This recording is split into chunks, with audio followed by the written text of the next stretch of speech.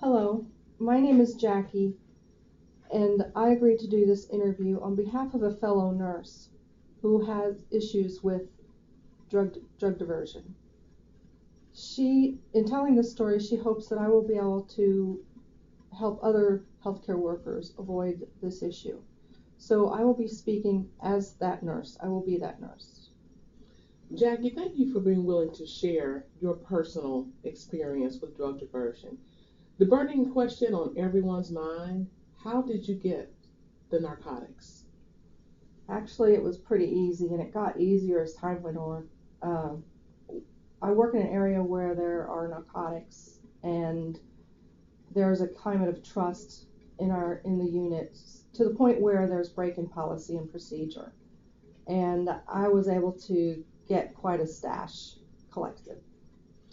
When you mention a break in policy and procedure, specifically what type of break in policy or procedure that enabled you to get the narcotics?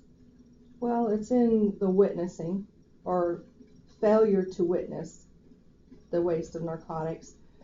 You're supposed to draw up the whole contents of the vial and then waste what you don't use and not leave it in the vial. And that's just wasn't happening.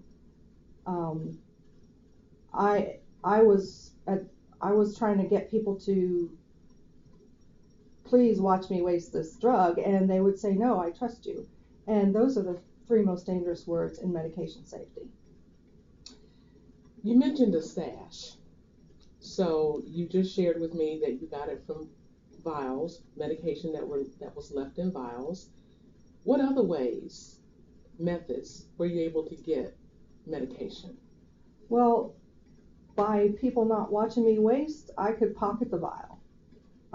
The vials that weren't emptied were in the sharps containers. The sharps containers go in the soil utility room, but many times sharps containers wouldn't be sealed completely. So I could scavenge around other units even and collect vials. And one time I was even able to scoop up a half full vial of propofol out of a trash can. So then it would be reasonable to conclude that in fact you were working impaired at times. Would that be fair? And with that, clearly there had to be some signs. And the concerning question is, help us to understand what these signs are, how they were missed. Yeah. Actually, in the beginning, I was able to function pretty well, pretty normally. But as time went on, I started getting the shakes and having a runny nose, and I would say, oh, I'm keyed up from the caffeine I drank, or I have allergies. But then I would also be wearing long sleeve shirts to work every day because I wanted to hide my needle tracks. And when I ran out of veins in my arms, I started wearing turtlenecks, and nobody even asked me why I was wearing a turtleneck in July. I would be off the unit for extended periods of time, and I even took longer lunch breaks than I was supposed to, and I got counseled for that by my manager. But that was it. Nobody said anything else to me. So the signs were there. You said it had been going on for some time. So clearly there had to be a breaking point. Share that. What was that like? What was that day like for you? Well, I remember that day, I was really feeling bad.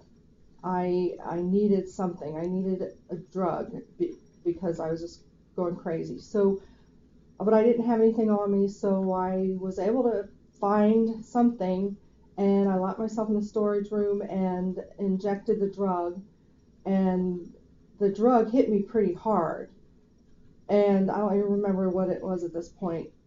I opened up the storeroom door and started stumbling down the hallway, and somebody saw me, and thank goodness they did. Um, that was actually the worst day and the best day of my life.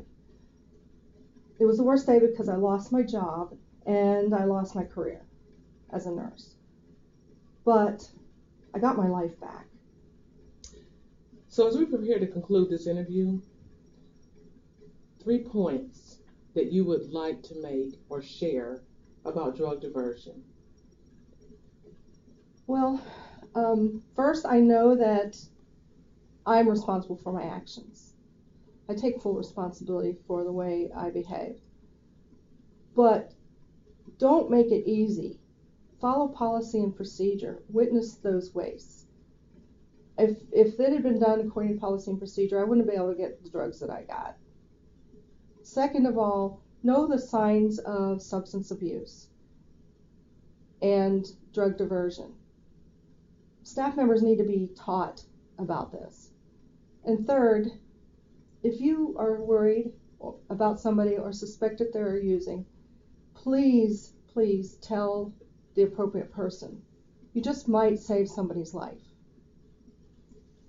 Jackie, thank you for sharing your story.